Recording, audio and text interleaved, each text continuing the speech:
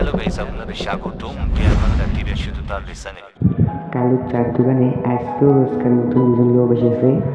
রাতের আড্ডাটা তাদের চা না খেলে চলেই না, তাই আজকে তারা চলে এসেছে কালুর দোকানে আজকে রাতের আড্ডাটা দেওয়ার জন্যে।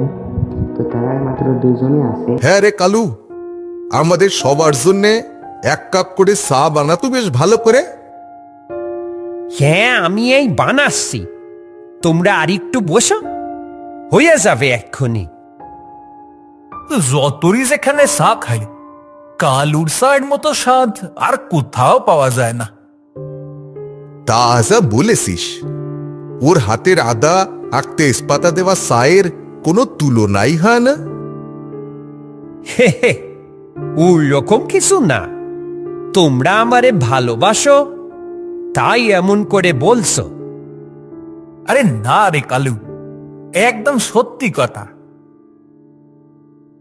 এইভাবেই প্রতিদিন তাদের আড্ডা চলে কালুর চার দোকানে। তো ভালো লাগে চ্যানেলটি সাবস্ক্রাইব করুন।